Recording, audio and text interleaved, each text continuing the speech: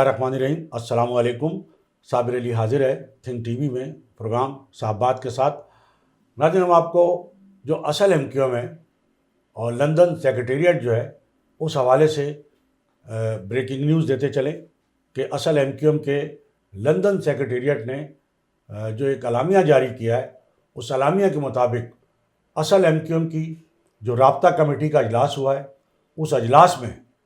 جو رابطہ کمیٹی کے جو مرکزی سیکرٹری اطلاعات تھے مصطفیٰ عزیز آبادی صاحب، انہیں ایم کیو ایم رابطہ کمیٹی کا کنوینر مقرر کر دیا گیا ہے۔ مصطفیٰ عزیز آبادی کو ایم کیو ایم رابطہ کمیٹی کا کنوینر مقرر کر دیا گیا ہے، جبکہ شاہد رضا اور ریحان عبادت رابطہ کمیٹی کے ڈپٹی کنوینر ہوں گے۔ رابطہ کمیٹی کے رکن قاسم علی رضا کو national and international information secretary مقرر کیا گیا ہے، جبکہ ارشد حسین ڈپٹی سیکرٹری انفارمیشن ہوں گے۔ تحریک کے سینئر رکن ڈاکٹر ندیم احسان رابطہ کمیٹی کے ایڈوائزر مقرر۔ غفران حمید تنظیمی معاملات میں رابطہ کمیٹی کی معاونت کریں گے۔ تحریک کی تنظیم نو کے سلسلے میں ایم کیو ایم کی مرکزی رابطہ کمیٹی کے اہم اور تفصیلی اجلاس میں یہ فیصلے کیے گئے، جس کی توثیق بانی و قائد الطاف حسین نے کر دی ہے۔ تنظیم نو کے سلسلے میں رابطہ کمیٹی کے فیصلوں کی توثیق بانی و قائد الطاف حسین نے کر دی ہے۔ تو ناظرین، یہ وہ اعلامیہ ہے جو اصل ایم کیو ایم کے لندن سیکریٹریٹ سے جاری کیا گیا ہے، اور اس اعلامیہ کی جو مزید تفصیل ہے وہ بھی ہم آپ کو بتاتے چلیں۔ اس حوالے سے جو اعلامیہ جاری کیا گیا ہے اس کے مطابق تحریک کی تنظیم نو کے سلسلے میں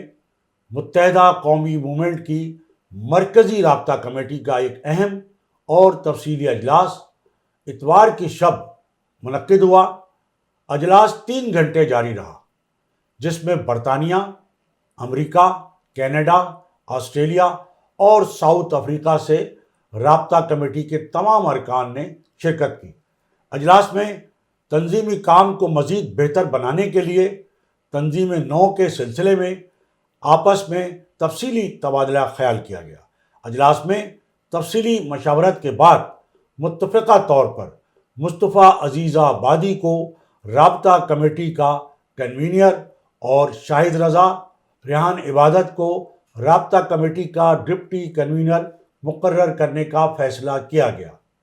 اجلاس میں رابطہ کمیٹی کے رکن قاسم علی رضا کو نیشنل انٹرنیشنل انفارمیشن سیکرٹری مقرر کرنے کا فیصلہ کیا گیا، جبکہ رابطہ کمیٹی کے رکن ارشد حسین کو ڈپٹی سیکرٹری انفارمیشن مقرر کرنے کا فیصلہ کیا گیا۔ افتخار حسین، سفیان یوسف، شاہد مصطفیٰ، علی تراوش، محفوظ حیدری،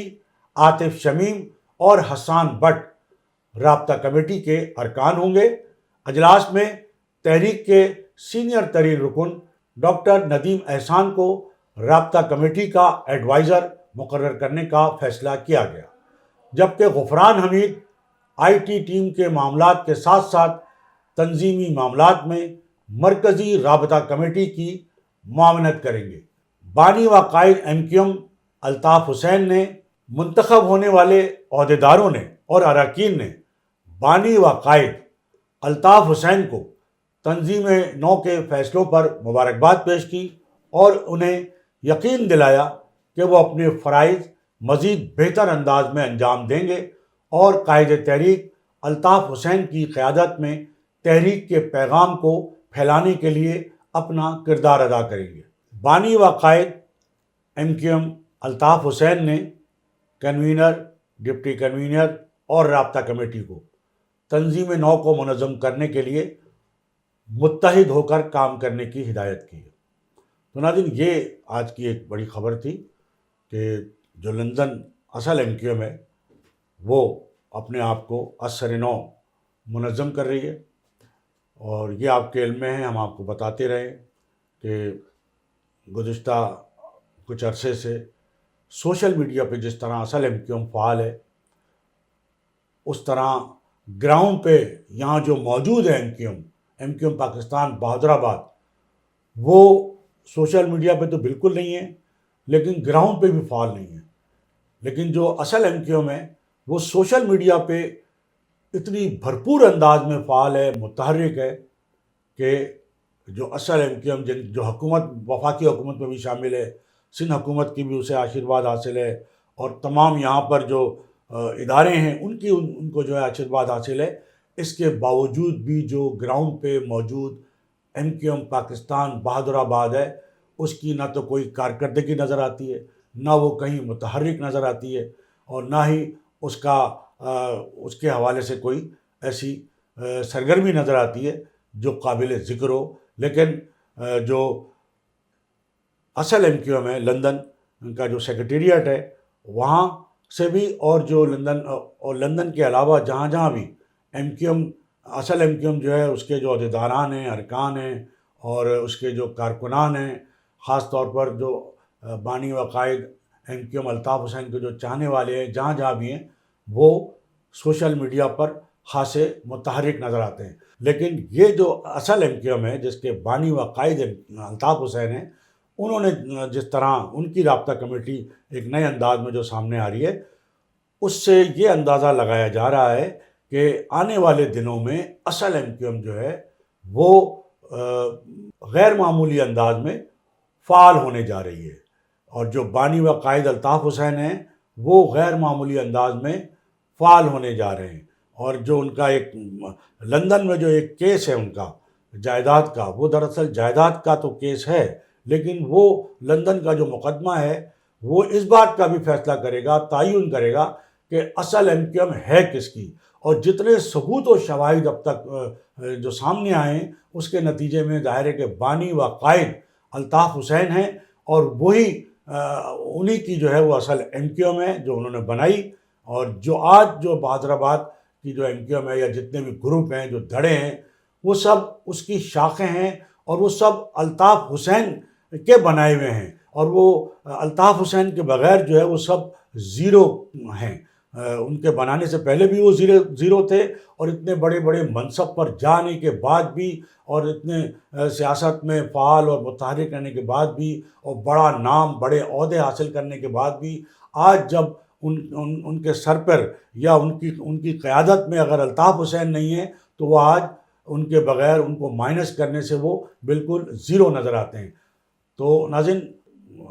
صورتحال تھی ایم کیو ایم، اصل ایم کیو ایم کے حوالے سے، اور جیسے کہ آپ کے علم میں ہے کہ کل 28 فروری ہے، اور 28 فروری کو جو یہاں جو ایک نئی درخواست، جو اس سے پہلے جو نثار پنور صاحب نے جو سندھ ہائی کورٹ میں درخواست دائر کی ہوئی تھی، پٹیشن دائر کی تھی بانی و قائد ایم کیو ایم پر، بانی و قائد ایم کیو ایم کی تقریر اور تصویر کے حوالے سے، اس کیس کی سماعت کل 28 فروری کو ہے، اور اس کے بعد جو ایک نئی درخواست داخل کی گئی تھی آفتاب الدین بقائی کی جانب سے، اس کی جو سماعت ہے وہ 1 مارچ کو ہے، اور اس کے بعد پھر جو اسلام آباد ہائی کورٹ میں جو اپیلیں ہیں ان کی بھی سماعت ہونی ہے۔ تو ایسا معلوم ہوتا ہے کہ سب کے فیصلے جو ہے وہ ایک دم سے اور اچانک سے آئیں گے، اور بڑے خوشکن فیصلے آتے نظر آ رہے ہیں الطاف حسین کے حوالے سے، اور جو اصل ایم کیو ایم ہے اس کے حوالے سے۔ تو یقیناً اگر لندن جائیداد کا جو فیصلہ ہے، اگر وہ جو محفوظ ہو، جو فیصلہ تو کیا جا چکا ہے،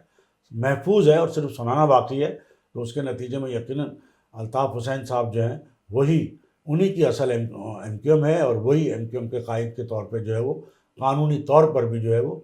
سامنے آئیں گے، اور اس کے نتائج جو ہے یقیناً پاکستان کی اور کراچی کی سیاست پہ پڑیں گے۔ اور جو کراچی کا جو سیاسی خلا ہے، جو الطاف حسین کو مائنس کرنے سے جو